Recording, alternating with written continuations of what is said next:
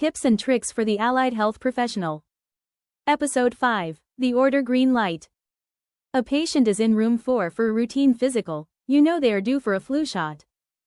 To save time and keep the clinic moving, you grab your supplies and perform the procedure before the provider even enters the room. It feels efficient. But stop right there. You have just crossed a critical legal line by venturing outside of your scope of practice. By performing a clinical task based on what you think the doctor will want, you are, essentially, practicing medicine without a license.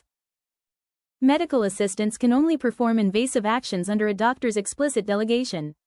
No order means no legal protection for you, for the doctor, or the patient.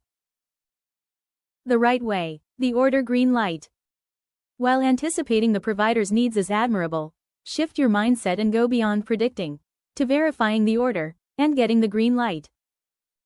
Before a needle touches skin, before a swab touches a throat, or before a medication leaves the cabinet, you must have an active verbal or written order. Check the electronic record. Verify that the provider has formally submitted the request, and only then execute the task. If an order is missing, send a quick routing note to the doctor to sign it first. Physically look at the computer screen and verify the active order before touching the clinical supply.